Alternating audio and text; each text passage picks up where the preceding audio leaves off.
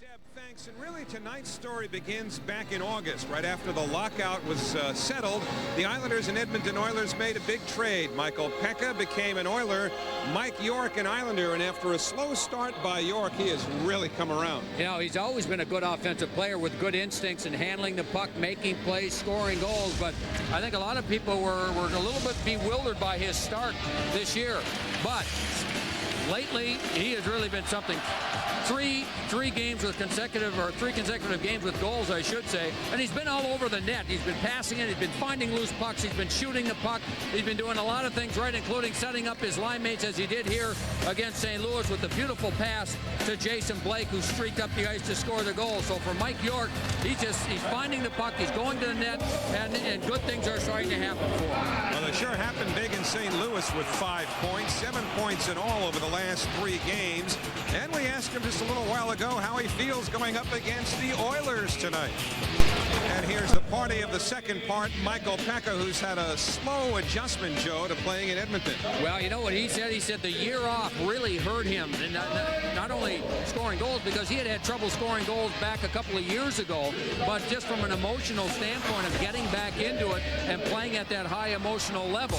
So he's off to a slow start scoring goals. His coach, Craig McTavish, says so. He still has big plans for him down the road. And he's still doing a pretty good job defensively against other teams' top lines. We asked him the same question about facing his old team. It'll be fun, you know. This second time around. After I got traded my rookie year, it was, I didn't really have a lot of those feelings. When I got traded from Buffalo to here, that first game, I was very nervous, and I think I kind of closed myself off emotionally. Where this time around, I'm just going to have fun with it. I've had a lot of laughs with the guys today, and it should be a fun night. Another former Islander, Raffi Torres, off to a good start in Edmonton. He's got 12 goals. It's the Oilers and the Islanders coming right up.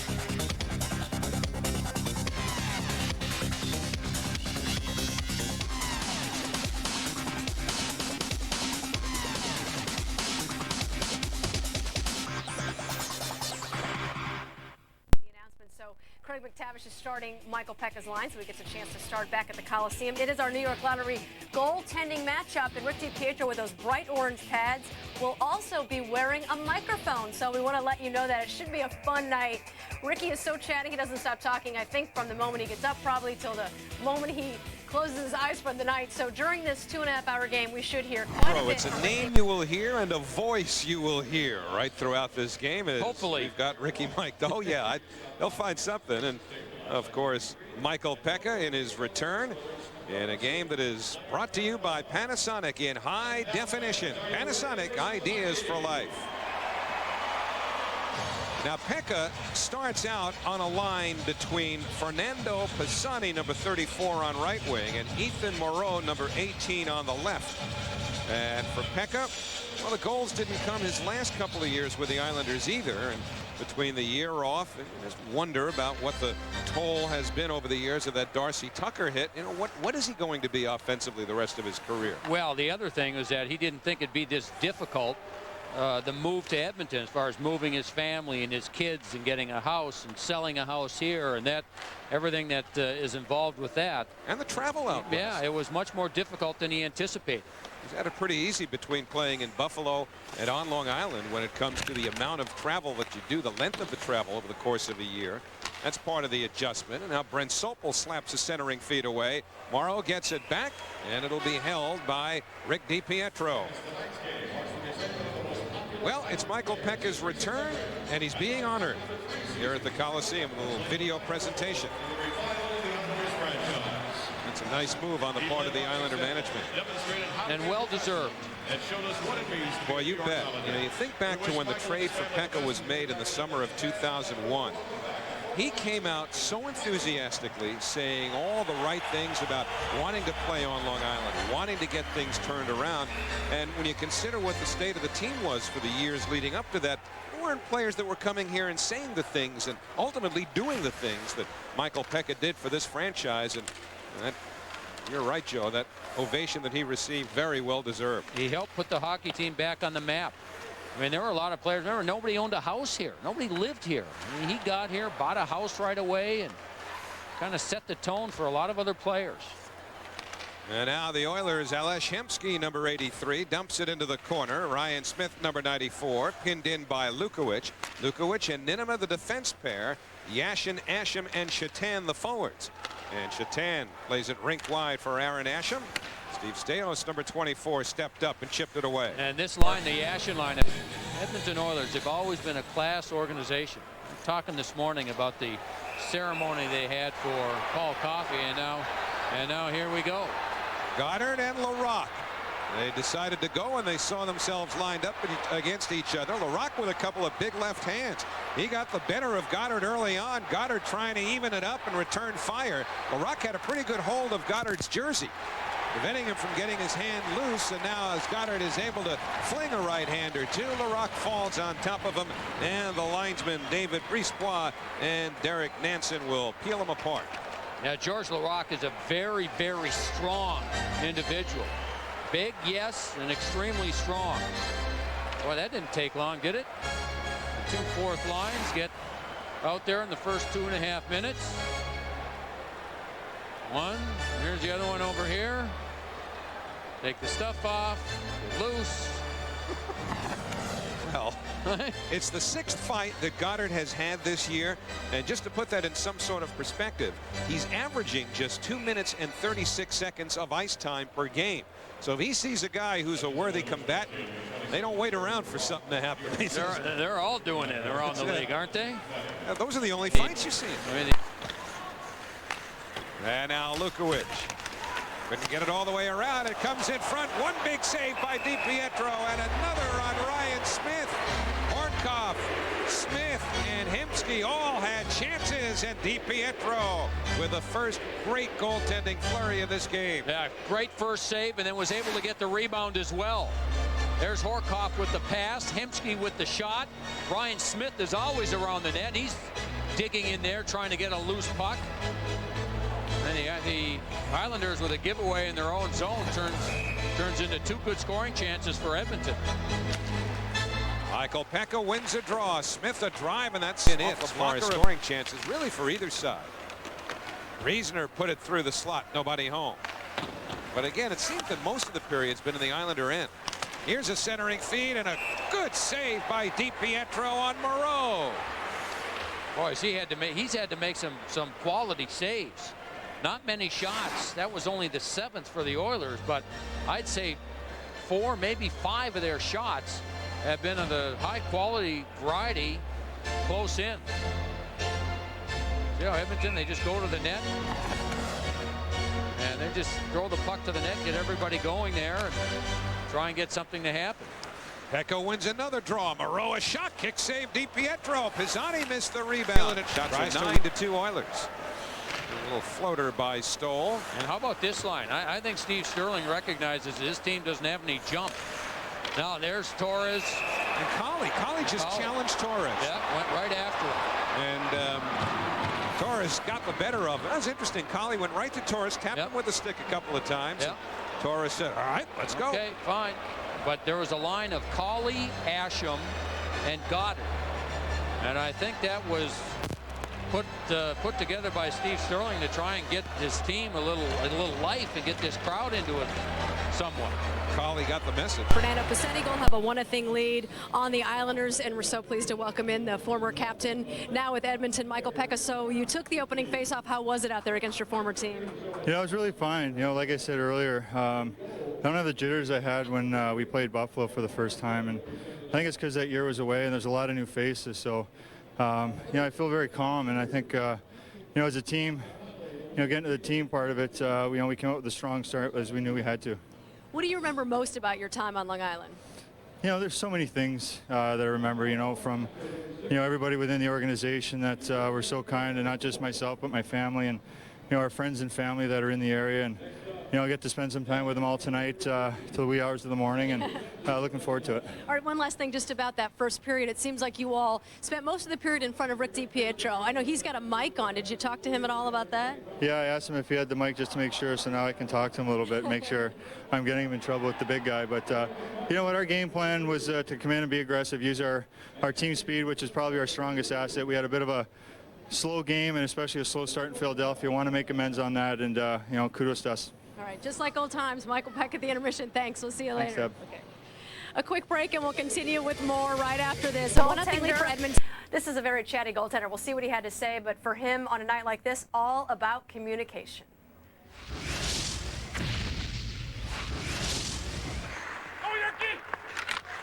Good play, Schultz. I didn't shoot hard enough. That guy looked like he was fading to the middle, so I was going to go back up. That's a good play. Okay. Watch the one-timer. Miro! Oh, time.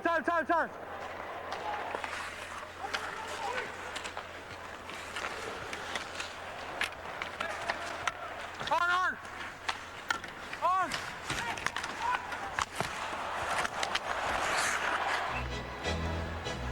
Watch the one-timer here. Miro!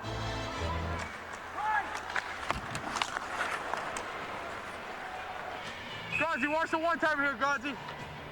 Watch that D, Ash. Watch that D, Ash.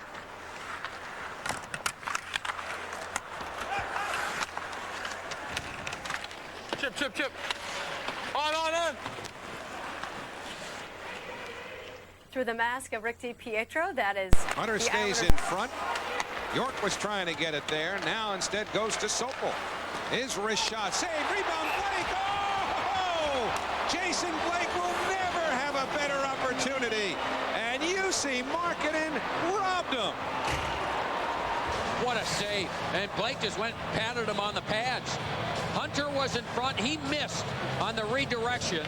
And there's Blake and Hunter, both of them right there. And all that net, Markkanen wouldn't give up. Watch the glove. Oh, man, he just reached out with the glove and made a beautiful save. You make saves like that, and you'll keep the job as a starting goaltender. Keep making saves like that, you go to the Hall of Fame. Man, was that a save on Jason Blake. Final 10 to the Islander power play. They score! Lukowicz just threw it along the ice. It finds its way in, and after Markkanen made the highlight save, the Islanders get even on the power play. It's 1-1. I think Aaron Asham got the goal, Howie. Asham was in the high slot. Smith was there as well, but I think Asham got a piece of it. Lukowicz just throws it there. Let's see if it's Asham. I believe it was Asham that got a piece of it. Then it goes off the left post and in. Here it is again. Asham with a beautiful deflection. Beautiful deflection all the way across to the other side off the post. And the Islanders in this game at 1-1. Aaron Asham a shot, and Markkanen holds on. So Asham, with his 5th of the year, has evened it up. There's a shot, get it to the net. Beautiful deflection. Just perfect by Aaron Asham. To make a deflection like that, you really have to loosen up on the stick, loosen your hands. You need soft hands to do that, and Asham did it perfectly. Well, now the game even with 3.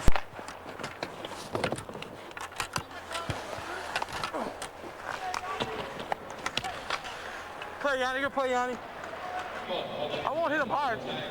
Can I just push him out a little bit? I won't do that. I won't do that. I was trying to sneak it by you. You're too quick for me.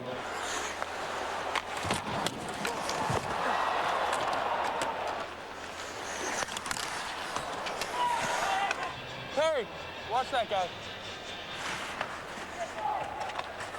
Attaboy, Perry. Attaboy, Perry. You got 30, Marty. You got 30. Let's make something happen here. Kirby!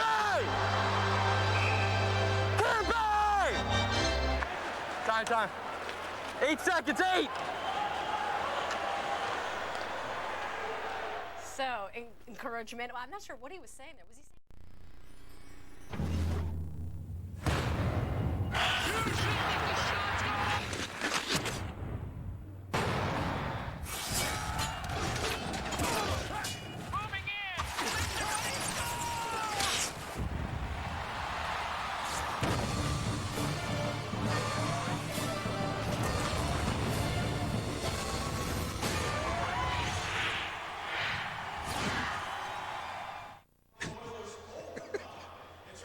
Islanders and the Oilers in a 1-1 tie. Aaron Asham was able to take advantage, and with a little redirection of a Brad Lukowicz flip from the blue line, get this game even. Islanders have closed up the shot total too. goodness. Let's take a look at second period highlights. Why don't we? It's just tough to hear through the mask, you know. What? The Islanders power play generated some chances. Parrish in front, trying to deflect that one. Parrish again. Markkanen with the save. Islanders point man wide open, and then that save by Markkanen on Blake was a beauty.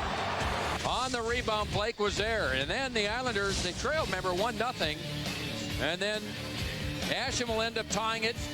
Little wrist shot by Lukowicz, beautiful redirection by Aaron Asham, and he puts it in to tie the game at 1. The Islanders need to have a good third period to win. Yes, 1-1 at the end of 2 periods there at the Coliseum. And don't forget, there will still be some penalty time to deal with at the beginning of the third period. Michael York will still have a minute to serve, as Brad Lukowicz was able to find the stick of Asham to even this baby up. I mean, too many passes. When you think to the times when they've had success on their power play, quick pass, if the man is open, take the shot and get somebody going to the net. Ivanov trying to stay with Blake. But Blake feeds the blue line. Now Colley with Hunter in front of the net. York drifts to the corner. Colley, wrist shot, and they score! A power play goal. Islanders lead it 2-1. Hunter and Blake were both in front of the net, but it looked like Hunter, who was the last to know. Yeah, it was. He had his back to the goaltender, and look at the shot right here. I mean, that is absolutely perfect. Hunter didn't even know. It was a delayed reaction, but the shot by Colley, wrist shot. Look at the head up. I mean, that's great play by a young defenseman. Head up, looking for a stick, not looking to score on the play, but he's looking for a stick. And he sees Hunter there. That's a beautiful redirection. Both Islander goals on deflections. So Hunter gets his 5th power play goal at 10:44, and the Islander penalty killing and power play. Both special teams terrific in this game. Power play producing both goals, and the penalty killers have been perfect. The face-off, and Jitnik sends it all the way down. So for the next 52 seconds, the Oilers will still have a power play. Each team with a point tonight. They're playing for the extra one, either here or in the shootout. And DiPietro does his own dirty work. York, Parrish, and Jitnik for the Islanders. 2 forwards and 1 defenseman. Played by Stoll. Now to Pronger. You can bet they'll try to get a shot here after that. The crisscross. Maybe. Well, you would think, wouldn't you? Down to 22 on their power play. And they see they crisscross so they can take the shot off the pass. And now they'll try and work it low. Good play by York. And Hemsky forced by York to give it up. Jitnik fires one wide, and well, the Oilers are going to see this power play fizzle too. Down to 2 seconds. They just wouldn't shoot the puck. So now the team's back at full strength. 4 minutes to go in the overtime. Hunter up front for the Islanders. 3 defensemen out there now because Sokol came out of the box. So Sokol finally gets to the bench, replaced by Yashin. Lukowicz around to the corner. Now the crowd imploring the Islanders to win this game in overtime. 3.5 remaining to the 5-minute overtime session. Yashin to the slot, a strong shot, and a save by Markkanen. And it's set out of the zone. Now Yashin brings it right back in. Sets up a shot that's kicked out by Markkanen. Colley let it go. Oilers clear it all the way down. That was a good save by Markkanen. Colley let it go quickly. Markkanen moving to his left, kicked out the right pad. Yashin again. Yashin checked by Horkov. Horkov staying with Yashin. Yashin keeps going. Looks for Colley. It's broken up by Staios. Only 1 man back for the Islanders. It's Martinek. Here's Morrow shooting. He hit the side of the net. And it caroms right to Chater. Arrow up the right wing. Morrow all over him. Chater keeps going with the Islanders changing. And trying to keep it there as long as possible, but now Morrow heads to center. Ethan Morrow Going wide on Jitnik, takes it to the net. Jitnik took him in, but Morrow bounces off the check. Tried to one-hand it to Horkoff, couldn't get it there, and the Islanders will come out. Jason Blake working on Bergeron. Blake going wide, angling around the net, still with the puck. Blake still with it. Now Blake curls to look for a play, sets up Jitnik. Back for Blake. Blake with a shot off of the goaltender, Markkanen. There's going to be a penalty here. And the Islanders will play on the power play with 2:09 to go in overtime. New York Islanders overtime is brought to you Try by... and move the puck gradually in closer to the net. Islanders control. Shatan to Jitnik. Back to Shatan. Parrish is right at the hash marks. Jitnik to Yashin. Parrish standing his ground, but it's flubbed. And Jitnik has to come back to get it. Alexei Jitnik. Motors into the Edmonton zone. Wide on Smith. Picked up by Ulanov. Shatan closed the pass. Yashin had to wait for Parrish. Now the Islanders get back in. Minute 30 to go in the overtime. 8 fewer seconds on the power play. Jitnik for Yashin. Parrish in front. Yashin to Jitnik. Thought about a shot. Yashin takes it. Pad save. Parrish was pulled down and the puck cleared by Stoll. Now that time Yashin elected to come off the boards and stay more towards the middle of the ice where he could get a shot. Now Jitnik with Peca whacking away at him for Yashin. In the slot, Shatan shoots, and it's deflected into the corner. Final minute of the overtime. Mason Smith off the boards and past Jitnik. So 42 seconds remain to the power play. And again, 8 more seconds in this overtime. Now Yashin for York. Islanders have 4 forwards on the ice. Yashin decided to stay out there. Hunter and Blake the other 2. And Bergeron lays it into the bench area. Winds up in the stretch. Blake controls the draw. 20 to the power play. Hunter's in front. Sopel for York. Now Hunter forced wide because of the angle he was at. Down to 17 in the overtime. York to Sopel. He didn't hold it well. Final 4 to the power play. Sopel thought about a shot. Down to 10 in the overtime. Hunter in front. Blake looking that way. Across to York. Off in Edmonton skate. 3 seconds to go. Horkoff's going to run out of time. He just fires. And this game will go to a shootout. As you go off the ice. And if your skates are too sharp, you run your blades over that plastic piece to dull them so you can slide easier. So Fernando Pisani, who had the first goal of the game, will take the first shootout attempt. And Rick DiPietro. The game ended through the overtime with Edmonton having outshot the Islanders 28-24. The Oilers got the tying goal with a little over a minute left in regulation. And now it's down to the one-on-ones. Fernando Pisani out of Providence College. Right in on DiPietro. And Ricky makes the save. Oh, what a play. Again, that time he elected to use the stick to poke check. Pisani was coming with a lot of speed. And again, DiPietro, as he says, let's listen.